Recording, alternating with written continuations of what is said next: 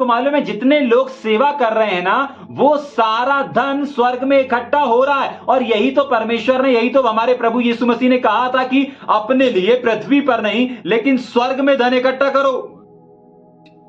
पहला तिमुथियुस की किताब उसका 6वां अध्याय और उसके 3 वचन में हेडिंग क्या है, थोड़ा हेडिंग पढ़ेंगे जल्दी से।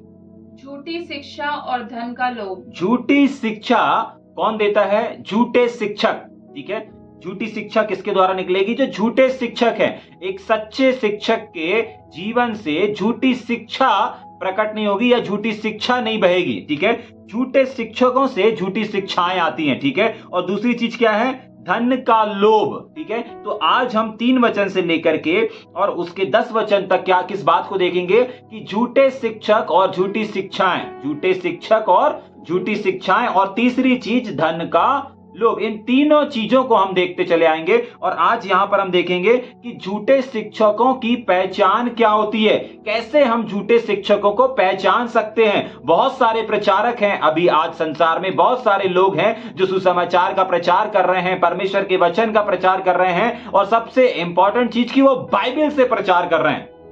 सबसे महत्वपूर्ण बात कि वो इसी बाइबल से प्रचार कर रहे हैं, इसी बाइबल को लेकर के प्रचार कर रहे हैं। लेकिन आज हम इस बात को समझेंगे कि एक झूठे प्रचारकों की क्या निशानियां होती हैं। तैयार है मेरे साथ? अभी तक हम देख रहे थे कि सच्चा सेवक कैसे होना चाहिए, एक सच्चा सेवक क्या करता है, परमेश्वर के चुने हुए लोग कौन हैं, इन तमाम चीजों को देखा हमने। ठीक है कि नहीं? लेकिन आज हम किस बात को देखेंगे कि झूठे शिक्षकों को हम कैसे पहचाने। देखिए, अगर आप इस बात को समझ जाएंगे तो आप कभी भी अपने जीवन में झूठी शिक्षा, गलत टीचिंगों से क्या नहीं होंगे, फिसलेंगे नहीं, बहकेंगे नहीं। जाग रहे? समझ में आ रहा है?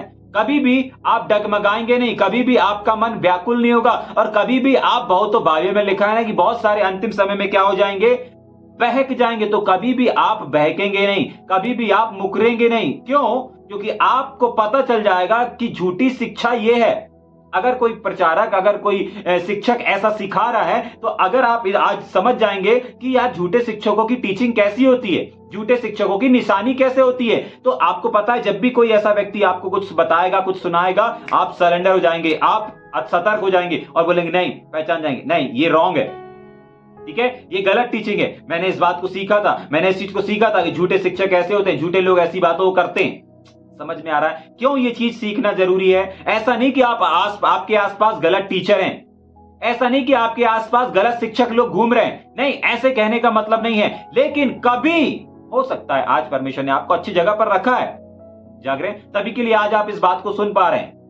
समझ में आ रहा है? लेकिन कभी भविष्य में अगर आप ऐसे लोगों को सुनते हैं, नए लोगों को सुनते हैं, और वो आप कैसे वो सही शिक्षक है या झूठे शिक्षक है कैसे पहचानेंगे, उन पॉइंटों को आज हम देखने जा रहे हैं। ठीक है, उन बिंदुओं की ओर हम ध्यान करने जा रहे हैं, मनन करने जा रहे हैं।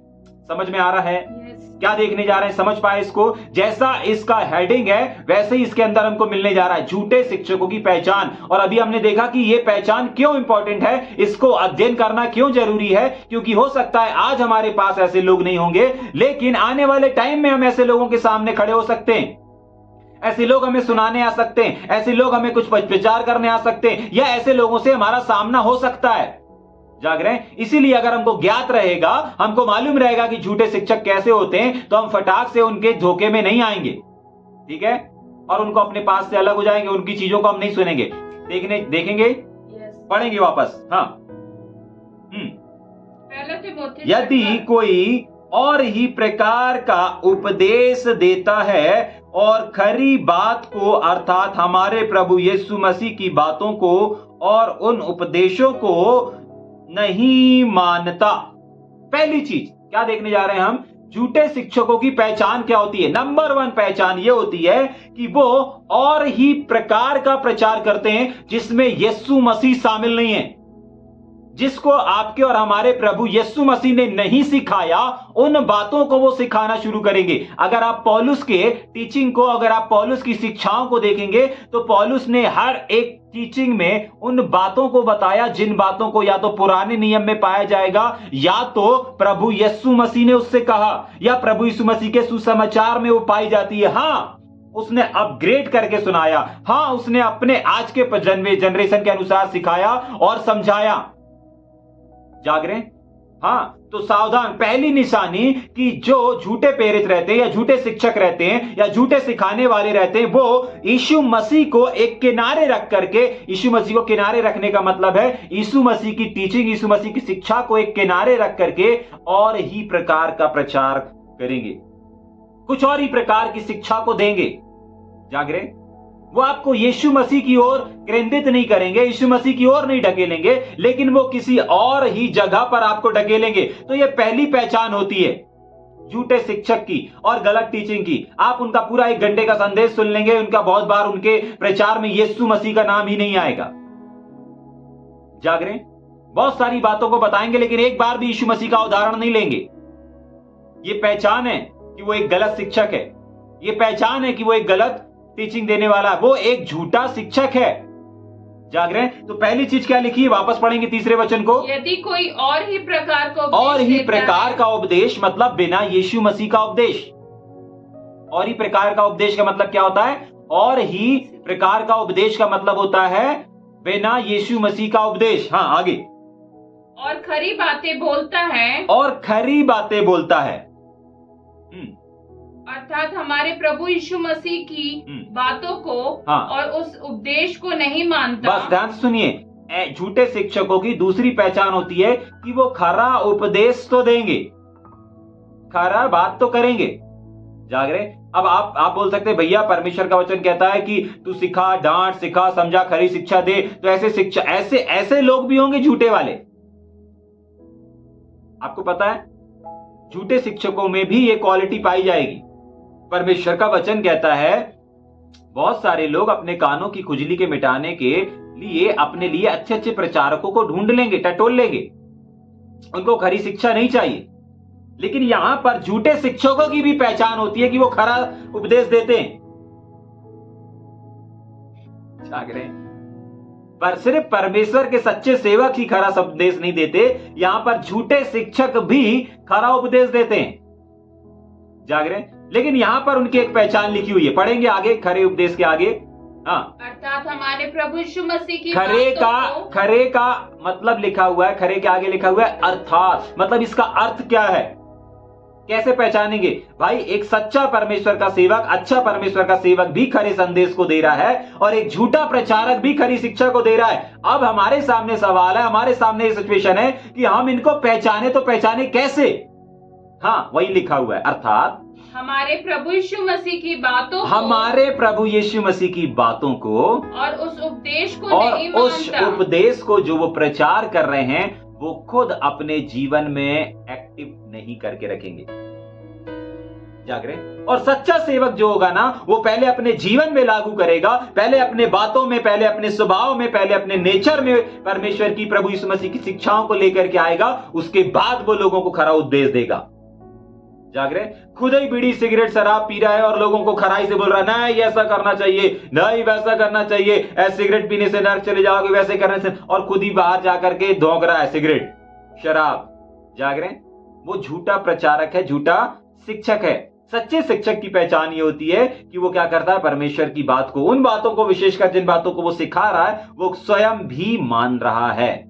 जाग रहे? ठीक, तो आज हम अच्छे सेवकों की नहीं, लेकिन झूठे शिक्षकों की क्या देख रहे हैं, पहचान को देख रहे हैं। तीसरी चीज देखेंगे जल्दी से। पहली चीज हो गई वो यीशु मसीह के बिना प्रचार करेंगे। दूसरा, वो क्या करेंगे, खरी शिक्षा तो देंगे लेकिन उसको अपने जीवन में नहीं मानता। क्या लिखा है वहां पर, उस उपदेश खरे को के नहीं आगे मानता। नहीं मानेंगे। जो वो बता रहे हैं जिस उपदेश को, उस उपदेश का मतलब क्या है, जिस उपदेश को, जिस प्रचार को वो कर रहे हैं उसको वो खुद ही नहीं मानेंगे, जो भक्ति के अनुसार है। ठीक, आगे। तो वह अभिमानी हो गया। हाँ, दूसरी चीज, तीसरी चीज लिखते जाएगा ना, काउंट करते जाइएगा। तीसरी पहचान कि वो क्या होंगे, अभिमानी होंगे। जाग रहे? हाँ, अभिमानी होंगे, अभिमान से भरे होंगे, घमंड से भरे होंगे। कौन? झूठे शिक्षक। आप झूठे शिक्षकों को अगर थोड़ा सा उनका अनादर कर दो तो उनका क्या हो जाता है, उनका पारा आउट हो जाता है, उनका पारा घमंड से वो हो जाता है, गुस्से से लाल हो जाते हैं। याद रखिएगा, अगर आदर ना देने से कुछ सेवक लोग क्या हो रहे हैं, गुस्सा हो रहे हैं, क्रोध से भर रहे हैं, समझ जाइएगा, अभिमानी हैं। जाग रहे हैं? आपने उनको माला नहीं फैलाया, आपने उनका वेलकम नहीं किया। अगर इतनी छोटी छोटी बातों को लेकर के अगर एक सेवक गुस्सा हो रहा है, क्रोध से भर रहा है, या फिर अपने एक्टिविटी में, अपने जीवन में, अपने उठने बैठने में वो एक परिवर्तन को लेकर के आ जाता है, अपने स्वभाव में, जाग रहे हैं, आपने उनको बुलाया, अगर आपने उनको बुके से स्वागत नहीं किया, वेलकम नहीं किया, तो वो क्या हो गए? ठीक से बात नहीं कर रहे हैं, गुस्सा हो गए, नाराज हो गए। इसका मतलब पता है क्या है? वो अभिमान से भरे हुए, घमंड से भरे हुए, और ये झूठे शिक्षकों की पहचान होती है, चिन्ह होती है। पांचवी चीज जल्दी से देखेंगे आगे, और अभिमान के आगे, और कुछ नहीं जानता, और कुछ नहीं जानता, वरन उसे विवाद और शब्दों पर तर्क करने का रोग है। बस इमेजिन करें, थोड़ी देर ठहरेंगे यहां पर अपन ना। वो कुछ जानता अंता नहीं है, लेकिन परमेश्वर के वचन पर नुक्स निकाल के, नेगेटिविटी निकाल के उसको तर्क वितर्क करेगा। जाग रहे? समझ में आ रहा है? ये प्रचारक वैसा है, वैसा नहीं, वैसा लिखा हुआ है, ऐसा नहीं, वैसा लिखा हुआ है। खुद का अध्ययन का जीवन नहीं है, खुद का बाइबल मनन का जीवन नहीं है। जाग रहे हैं? हम क्या देख रहे हैं? झूठे शिक्षकों की पहचान को देख रहे हैं। तो पांचवी पहचान हम देख रहे हैं ना, ठीक है कि नहीं? पांचवी पहचान क्या है? वो खुद का नॉलेज कुछ नहीं रहेगा, लेकिन वो बाइबल में से क्या करेगा? सवाल करेगा, जवाब करेगा, तर्क करेगा, वितर्क करेगा। ऐसा क्यों, वैसा, वैसा नहीं ऐसा, वैसा नहीं ऐसा, ऐसा नहीं वैसा, ये तमाम चीजों को करेगा। तो ये जब कोई आपको ऐसा व्यक्ति मिले आने वाले टाइम में, या अगर आप ऐसे लोगों के बीच में संघर्ष कर रहे हैं, तो समझ जाइए इसके अंदर एक भटका देने वाली आत्मा, एक झूठे शिक्षक की आत्मा क्या कर रही है? काम कर रही है। वापस पढ़ेंगे क्या? कि वो कुछ नहीं जानता, वहां से पढ़ेंगे। हाँ। और वो कुछ नहीं जानता, वो स्वयं झूठा शिक्षक की ये पहचान होती है, पांचवी पहचान, कि वो झूठा शिक्षक खुद के पास कोई अनुभव नहीं है, खुद के पास कुछ ज्ञान नहीं है, खुद वचन के बारे में, प्रकाशन वेदों को नहीं जानता। लेकिन ना जानने, देखिए, अगर एक जानकार व्यक्ति सवाल करेगा ना, तो सामने वाला उसको बेहतर रीति से उत्तर देगा। इमेजिन करें ना, इमेजिन करें, बाइबल का जानकार अगर कुछ सवाल को पूछता है, या फिर जो बाइबल को पढ़ने वाला अगर कुछ सवाल को पूछता है, तो आप क्या करेंगे? बहुत आनंद के साथ उसको जवाब देंगे। जाग रहे? और अच्छे स्कूल की लैंग्वेज में अगर बताऊं, अगर 6th क्लास में आपका बेटा है, और अगर 6th क्लास का बच्चा, आप 6th क्लास में पढ़ा रहे हैं, अगर 6th क्लास का व्यक्ति, 6th क्लास का बच्चा अगर अपने टीचर के पास जाकर के 6th क्लास के सवाल को पूछता है, तो वो बड़े आनंद के साथ जवाब देंगे, बड़ी खुशी के साथ जवाब देंगे। क्यों? क्योंकि उनको रखा ही गया है किसके लिए? 6th क्लास के लोगों को जवाब देने के लिए। और बच्चे को भी मालूम है कि मुझे 6th क्लास के लोगों से सवाल करना है। जाग रहे? लेकिन अगर पहली क्लास का बच्चा 6th क्लास के सवालों को पूछेगा, तो मैडम क्या बोलेंगी? बेटा, अगर एक पहली क्लास का बच्चा या दूसरी क्लास का बच्चा या 5th क्लास का बच्चा अगर 6th क्लास के सवालों को और इन तमाम चीजों को करेगा, तो कैसा? यहां कुछ ऐसा ही है, खुद का अनुभव कुछ नहीं है, खुद की जानकारी कुछ नहीं है, लेकिन तर्क कर रहे हैं। जरा सोचिए ना, 4th क्लास का, 3री क्लास का बच्चा अगर 6वीं क्लास के लोगों के 6वीं क्लास के लोगों के क्वेश्चन का क्या कर रहा है? तर्क कर रहा है, वितर्क कर रहा है। आप सुनेंगे क्या? नहीं सुनेंगे। आप समझेंगे क्या उनकी बात को? नहीं समझे। आप उससे एक ही बोलेंगे, बेटा अभी तू 4 क्लास में है, 3 क्लास में है, अभी तेरे को बहुत समय है, अभी तू पहले 6 क्लास में आ जा, उसके बाद हम तेरे सलाह को सुनेंगे। जाग रहे? उसके बाद हम तेरे जवाब को देंगे। अभी तू बहुत पीछे है, अभी तू आगे आ, तब जाकर के हम तेरी बातों को महत्व देंगे। लेकिन झूठे शिक्षक क्या होते हैं? खुद के पास कोई अनुभव नहीं रहता, खुद के पास कुछ चीजें नहीं रहती, लेकिन वो परमेश्वर के वचन से क्या करेंगे? तर्क करना शुरू करेंगे, वितर्क करना शुरू कर देंगे। और क्या लिखा हुआ है? खुद जानते नहीं उसके आगे, वरन उसे विवाद, वरन उस वचनों को लेकर के क्या करते हैं? विवाद करते हैं, शब्दों पर तर्क करने, विवाद करते हैं, शब्दों पर तर्क वितर्क। कौन से शब्दों पर? कौन सा विवाद करते हैं? वचन में ये क्यों लिखा, वचन में ये क्यों लिखा, ऐसा क्यों लिखा, वैसा क्यों लिखा, ये क्यों लिखा। याद रखिएगा, जब ऐसे लोगों से आपका सामना हो, समझ जाइएगा कि ये झूठे शिक्षकों की लिस्ट में है। जाग रहे? खुद के पास कुछ जानकारी नहीं है, खुद के पास कोई अनुभव नहीं है, लेकिन साथ ही साथ क्या कर रहे हैं? क्या कर रहे हैं? तर्क कर रहे हैं, विरोध कर रहे हैं। तो समझ जाइएगा कि ये झूठे व्यक्ति की निशानी है। ठीक, 6वीं चीज आगे पढ़ेंगे, जिससे डाह और झगड़े और निंदा की बातें और बुरे संदेह। डाह, वापस डाह और झगड़े। याद रखिएगा, झूठे शिक्षक ना डाह को रखेंगे, वो एक सा व्यवहार या एक सा स्वभाव या एक सा प्यार नहीं रखेंगे। समझ पा रहे हैं? किसी के साथ डाह, किसी के साथ प्यार। ये झूठे शिक्षकों की पहचान है। अगर आपके चर्च में, अगर आपके दरबार में, अगर कहीं पर भी ये तमाम चीजें या ये भेदभाव को अगर देखा जाता है तो समझ जाइएगा कि आप किसी सच्चे और अच्छे सेवक के नहीं, लेकिन एक झूठे शिक्षकों के अधीन में हैं। जाग रहे हैं? हाँ, सावधान। परमेश्वर का वचन इसलिए नहीं आया कि आपके सर को नीचा करे, लेकिन परमेश्वर का वचन इसलिए आया कि ताकि आपको उस चीजों से, उन बातों से आजाद करने पाए। झूठे शिक्षकों की यह पहचान होती है, झूठी शिक्षा की यह पहचान होती है कि वो डाह से भरी हुई रहती है, डाह से भरे रहते हैं। और आगे क्या लिखा है? झगड़ों से भरे रहते हैं। और क्या लिखा हुआ है? झगड़ों के आगे तर्क वितर्क। तर्क वितर्क। झगड़ों के आगे क्या लिखा हुआ है? हाँ, निंदा की बातें। निंदा की बातों से भरे रहते हैं। वो इसकी निंदा करेंगे, उसकी निंदा करेंगे। एक भाई ने गलत कर दिया, उसकी बातों को करेंगे, ये करेंगे, वो करेंगे। हाँ, आगे। और बुरे बुरे संदेह। बुरे बुरे संदेह का मतलब समझ में आता है? ऐसा हो जाएगा, गलत हो जाएगा, ये नेगेटिव, वो नेगेटिव, मतलब नेगेटिव ज्यादा सोचेंगे। कौन सी चीज से, कौन से काम को करने से अच्छा हो सकता है, परमेश्वर राज्य फैल सकता है, इन बातों की ओर ध्यान न लगाते हुए नेगेटिव संदेह, क्या लिखा वहां पर? बुरे बुरे संदेह। बुरे बुरे संदेह को क्या करेंगे? अपने अंदर आने देंगे, अपने मुख पर आने देंगे, आपके सामने अपने मुख को खोलेंगे कि ऐसे नहीं, वैसा हो सकता है, यहां से मुसीबत आ सकती है, वहां से मुसीबत आ सकती है, ये परेशानी खड़ी हो सकती है, वो परेशानी खड़ी हो सकती है। जाग रहे हैं? जब ऐसे लोग आपके इर्द गिर्द मंडराएं रहे हैं तो आप समझ जाइएगा कहीं ना कहीं उनके जीवन में क्या कर रहा है? एक झूठी शिक्षा का, एक झूठे स्पिरिट का आत्मा काम करना शुरू कर दिया है। जाग रहे हैं? समझ में आ रहा है? क्या देख रहे हैं हम? झूठे शिक्षकों की पहचान। ठीक है, आगे चलेंगे क्या? और उन मनुष्यों में, हाँ, और उन मनुष्यों में क्या होता है? व्यर्थ रगड़े झगड़े उत्पन्न होते हैं। बेमतलब के झगड़े और रगड़े करने वाले भी झूठे शिक्षकों की लिस्ट में आते हैं। जाग रहे? अगर बेवजह क्या हो रहा है? झगड़ा हो रहा है, बवाल हो रहा है, हाँ, वो लोग भी क्या करते हैं?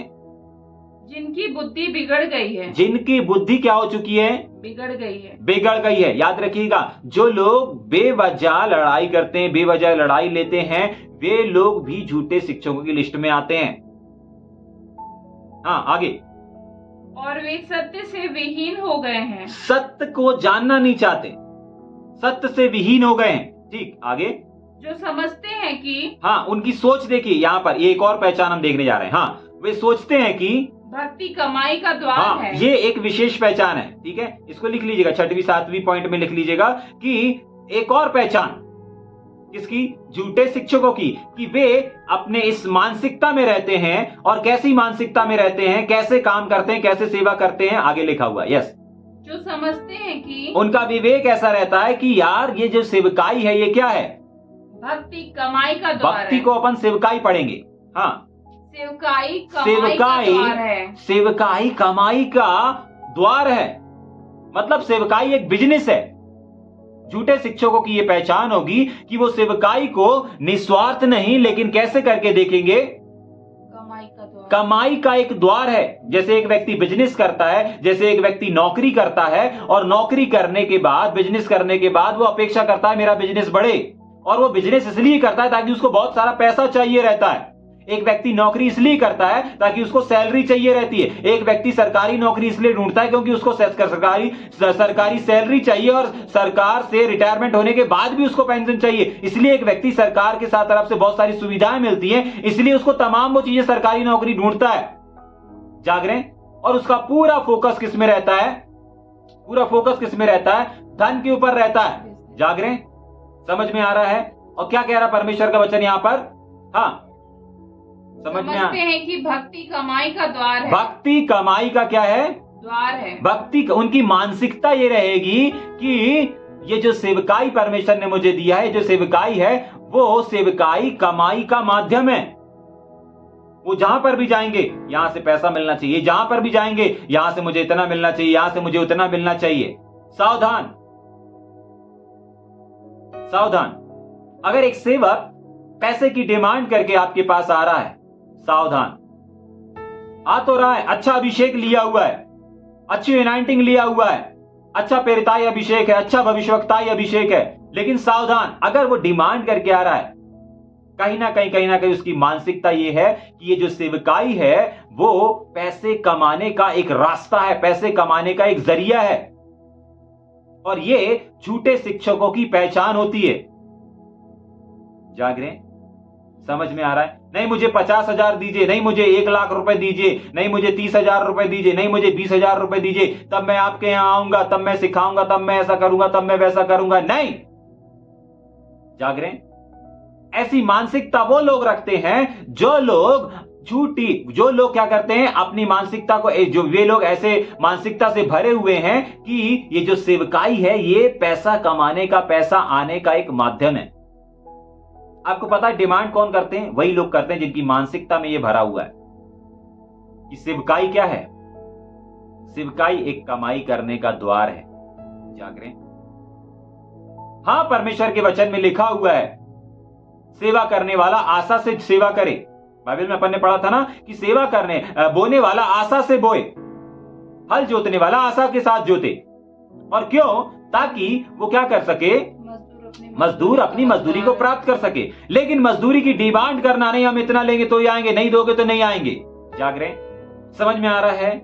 डिमांड करके आना और डिमांड करके सेवकाई करने वाले लोग झूठे शिक्षकों की लिस्ट में आते हैं। जाग रहे? समझ में आ रहा है या ऊपर से जा रहा है? ठीक, आगे पढ़ेंगे क्या? वापस वे समझते हैं भक्ति कमाई का द्वार है। हाँ, आगे पढ़ेंगे। पर संतोष सहित भक्ति बड़ी कमाई है। याद रखिएगा, एक्चुअली जो व्यक्ति भक्ति को ही कमाई समझता है, भक्ति को ही धन समझता है, एक्चुअली वही कमाई है। क्या लिखा है? वापस पढ़ेंगे क्या? पर संतोष सहित भक्ति, हाँ, जहां पर संतोष है ना, वो ही भक्ति है, वही कमाई है। कुछ लोग धन को कमाई समझते हैं और कुछ लोग भक्ति को कमाई समझते हैं। कुछ लोग सेवा को ही क्या करते हैं, कमाई समझते हैं, और कुछ लोग हैं जो सेवकाई को पैसा आने का, कमाई का द्वार समझते हैं। जाग रहे हैं? समझ में आ रहा है या ऊपर से जा रहा है? देखिए, सेवा करके पैसे को प्राप्त करना वो अलग चीज हो जाती है, लेकिन भक्ति को यानी कि सेवकाई को ही अपना पैसा, अपना धन समझ लेना, ये अलग चीज हो जाती है। वो जो आखिरी में लिखा है ना, पर ये झूठे शिक्षक की पहचान नहीं है, लेकिन पर के आगे जो लिखा है वो सच्चे शिक्षक की पहचान होती है। क्या होती है? पढ़ेंगे। पर संतोष सहित मतलब पीसनेस के साथ, रिलैक्सन के साथ, जो संतोष सहित भक्ति बड़ी कमाई है। भक्ति ही बड़ी कमाई है। और भक्ति को अभी अपन ने क्या पढ़ा था थोड़ी देर पहले? सेवा, मतलब सेवा करना ही कमाई है। जाग रहे? आपको मालूम है जितने लोग सेवा कर रहे हैं ना, वो सारा धन स्वर्ग में इकट्ठा हो रहा है। और यही तो परमेश्वर ने, यही तो हमारे प्रभु यीशु मसीह ने कहा था कि अपने लिए पृथ्वी पर नहीं लेकिन स्वर्ग में धन इकट्ठा करो। जाग रहे? यही तो वो धन है। आप अगर इस संसार में रह करके सेवा कर रहे हो, आप प्रचार कर रहे हो, सुसमाचार को सुना रहे हो, तो यही तो वो धन है। यही वो धन है जिसको आपको स्वर्ग में इकट्ठा करना है। वापस पढ़ेंगे क्या उस वचन को? हाँ, पर संतोष सही भक्ति मतलब सेवा। वापस पढ़ेंगे सेवा बोल के। पर संतोष सहित सेवा ही कमाई है। अगर आज आपके पास सेवकाई नहीं है, इसका मतलब धन नहीं है। ये एक सच्चे सेवक की पहचान है। लेकिन झूठे सेवकों की क्या पहचान होती है कि वो भक्ति को ही कमाई का द्वार समझते हैं। भाई मैं इधर क्रूसेट में जाऊंगा, इधर कन्वेंशन में जाऊंगा, मुझे यहां से इतने हजार मिल जाएंगे, मुझे वहां से उतने हजार मिल जाएंगे, मुझे ये मिल जाएगा, मुझे वो मिल जाएगा। उन्होंने सेवकाई को या किसी इनविटेशन को क्या करके रखा है? एक सेवकाई का नहीं लेकिन पैसों का द्वार समझ करके रखा हुआ है। और जो सच्चे सेवक रहते हैं ना, वो अपनी सेवकाई को ही कमाई समझते हैं कि नहीं, कोई मुझे कुछ दे अथवा ना दे, मुझे कोई पैसा दे अथवा ना दे, मैंने सेवा कर दिया, इसका मतलब मैंने अपने धन को स्वर्ग में इकट्ठा कर दिया है। जाग रहे? हाँ, यही लिखा हुआ है कि पर संतोष सहित सेवकाई ही क्या है? बड़ी कमाई है। अगर आप सेवकाई कर रहे हो ना, इसका मतलब आप कमाई कर रहे हो। अगर आप सेवकाई कर रहे हो ना, यही सेवकाई ही आपकी कमाई है। हाँ, लोग आपको पैसे दें अथवा ना दें, आप सेवा कर दिए ना, आपका धन स्वर्ग में पहुंच गया, क्योंकि ये सेवकाई ही धन है, ये सेवकाई ही कमाई है, ये सेवकाई ही किसी के लिए प्रार्थना करना, किसी के लिए आशीष का कारण बन जाना, किसी को गिरते हुए से उठा देना, यही सेवकाई है। जाग रहे? समझ में आ रहा है या ऊपर से जा रहा है? ठीक, एक आध दो वचन और पढ़ के फिर अपन खत्म करेंगे जल्दी से। क्योंकि ना हम जगत में कुछ लाए हैं, याद रखिएगा ना, क्योंकि हम ना इस संसार में कुछ लेकर के आए, ना इस जगत में कुछ लेकर के आए हैं। हाँ, आगे। ना कुछ ले जा सकते ना हैं। कुछ ले जा सकते हैं। हाँ, यदि हमारे पास खाने और पहनने को ध्यान से सुनिए, अगर हमारे पास खाने को है, पीने को है, पहनने को है, तो इन्हीं पर संतोष करना चाहिए। इन्हीं पर हमको और आपको क्या करना चाहिए? संतोष करना चाहिए। जाग रहे हैं? बहुत बार लोग और विशेषकर सेवक लोग ये बनाने में, वो बनाने में, ये करने में, वो करने में, यहां वहां इन्वेस्ट करने में क्या करते हैं? अपने ध्यान को फैला देते हैं। हाँ, आप संसार में भी देखते होंगे ना, अगर घर में 4 लड़के हैं तो 4 मकान पहले से बनवा लेंगे। 4 बेटियां हैं तो उनके लिए सोना चांदी भर भर के इकट्ठा करना शुरू कर देंगे। क्या लिखा है यहां पर? अगर हमारे पास खाने के लिए है, राशन है, पीने के लिए है, तो आपको क्या करना है? संतोष रहना है। आपके अंदर पीसनेस रहना चाहिए, रिलैक्स रहना चाहिए आपके अंदर, आपका माइंड रिलैक्स रहना चाहिए, आपका विवेक रिलैक्स रहना चाहिए। क्यों? क्योंकि आपके पास खाने के लिए है, शाम का खाना बनाने के लिए आपके पास आटा है, शाम को बनाने के लिए आपके पास दाल है, आपको किसी के पास हाथ फैलाना नहीं पड़ेगा। आप प्रेज लॉर्ड, प्रभु आज मेरे घर पे सब कुछ है, मेरे किचन में सब कुछ है, शाम को मैं अपने पसंद का बना के खा सकता हूं। रिलैक्स रहना है। जाग रहे हैं? लेकिन झूठे शिक्षक जो होते हैं ना, झूठे शिक्षा देने वाले जो होते हैं ना, वो क्या करते हैं? हाय हाय हाय हाय, ये भी हो जाए, वो भी हो जाए, ये भी हो जाए, वो भी हो जाए, ये भी हो जाए, वो भी हो जाए। जाग रहे हैं? ये पहचान है झूठे शिक्षकों की, कि वो आपको ये भी प्राप्त करो, वो भी ले लो, वो भी ले लो, ये भी ले लो, वो भी ले लो। इसमें वो संतोष रहने के लिए आपको नहीं बोलेंगे, पीसनेस रखने को, रिलैक्स रहने को नहीं बोलेंगे। नहीं, ये भी हासिल कर, ये भी मांग, वो भी मांग, ये भी मांग, वो भी मांग, इसको भी चाह, उसको भी चाह। ये तमाम चीजों को बोल बोल के आपके अंदर इतना भर देंगे कि सब कुछ मेरा है। जाग रहे? समझ में आ रहा है? हाँ, सब कुछ आपका है, लेकिन आप परमेश्वर के हैं। पहले परमेश्वर को तो अपने जीवन को दीजिए। बाइबल बताती है पहले मेरे पीछे तो आ जाओ, मैं तो सारी चीजों को तुम्हारे पीछे लगा दूंगा। लिखा ना मत्ती रचित समाचार में, पहले मेरे राज्य और धर्म की खोज करो, बाकी चीजों को तो तुम्हारे पीछे आना ही आना है।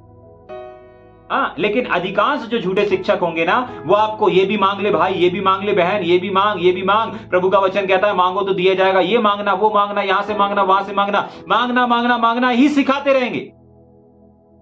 और बहुत सारे लोगों को सुनने में अच्छा लगेगा, हाँ यार ये मांगने से मुझे मिल गया, वो मांगने से मुझे मिल गया, ए भाई अब तो और मांगेंगे, अब तो 3 घंटा मांगेंगे, अब तो 4 घंटा मांगेंगे, अब तो दिन में 3 बार मांगेंगे, अब तो दिन में 7 बार मांगेंगे दाऊद की तरह, अब तो दानियल के समान 3 बार मांगेंगे, दाऊद के समान 7 बार मांगेंगे, मांगेंगे मांगे मांगे, ये सिखाते रहेंगे।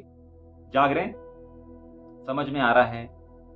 संतोष रहना ये नहीं सिखाएंगे। एक सच्चे सेवक की पहचान होती है कि वो संतोष रहना सिखाता है। जो है उसमें संतोष करो, जो नहीं है उसके लिए विश्वास रखो। जो है उसमें संतोष करो, जो नहीं है उसके लिए विश्वास रखो कि आज नहीं है लेकिन कल मेरे पास होगा। जाग रहे हैं? जब आज आप सब कुछ है आपके पास, जब आप थोड़े में संतोष नहीं कर पा रहे हैं, जब प्रभु बहुतायत से दे देगा ना, तब भी आपको संतोष नहीं रहेगा। जाग रहे हैं? हाँ, इसलिए संतोष रहना सीखें। इमेजिन करें आपके पास कार नहीं, लेकिन कार दे दिया, उसके बाद आपको किस चीज की टेंशन हो गई? पेट्रोल भराने की। अच्छा, पेट्रोल भी भरवा लिए, उस पेट्रोल का भी इंतजाम परमेश्वर ने कर दिया, उसके बाद काहे की टेंशन रहेगी? हाँ, उसके बाद रहेगी भैया इसका इंश्योरेंस करवाना पड़ता है हर साल 25-30 हजार रुपए। जाग रहे हैं? संतोष रहेगा ही नहीं। इसलिए संतोष रहना सीखो। कार थी, बाइक थी, साइकिल थी, सोचें, इमेजिन करें, कार के पहले क्या था? बाइक थी, बाइक के पहले क्या था? साइकिल थी, साइकिल के पहले क्या था? पैदल जाते थे, पैदल जाने से पहले क्या था? भैया चप्पल भी नहीं थी, चप्पल आई तब भी संतोष नहीं, साइकिल आई तब भी संतोष नहीं, साइकिल से बाइक आई तब भी संतोष नहीं, बाइक से कार आई तब भी संतोष नहीं, कार आने के बाद अब कार को मेंटेनेंस का संतोष है ही नहीं इंसान के पास। और परमेश्वर का वचन कहता है संतोष रखना है। क्या लिखा है वहां पर? आगे एक बार पढ़ के आगे चलेंगे जल्दी से। इन्हीं पर संतोष करना चाहिए। इन्हीं पर संतोष करना चाहिए। खाने को है, पीने को है, घर में अच्छे से खा पी रहे हैं, सो पा रहे हैं, संतोष करना चाहिए।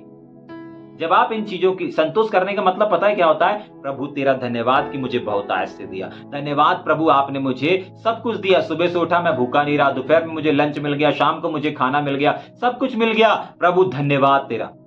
हम धन्यवाद देते, शुक्रिया अदा करते हैं। परमेश्वर देखेगा यार इसके पास तो आज ही बस का था, फिर भी ये धन्यवाद दे रहा है, मैं इसका कल भी इंतजाम करूंगा, परसों भी इंतजाम करूंगा, सबको हर दिन परमेश्वर। जब आप परमेश्वर, उसका संतोष रहने का मतलब यही है एक्चुअली, कुड़कुड़ाते नहीं। जो लोग संतोष रहते ना वो लोग कुड़कुड़ाते नहीं है, वो लोग बुड़बुड़ाते नहीं है। हाँ, और जो लोग बुड़बुड़ाते हैं ना वो लोग संतोष नहीं रहते। समझ पा रहे हैं? जो व्यक्ति संतोष रहता है ना, संतोष रखता है, वो व्यक्ति कभी बुड़बुड़ाएगा नहीं। और जो व्यक्ति संतोष नहीं रहता वो हमेशा कुड़कुड़ाता रहेगा, मेरे घर में ये भी होना चाहिए, मेरे घर में वो भी होना चाहिए, मेरे पास ये भी होना चाहिए।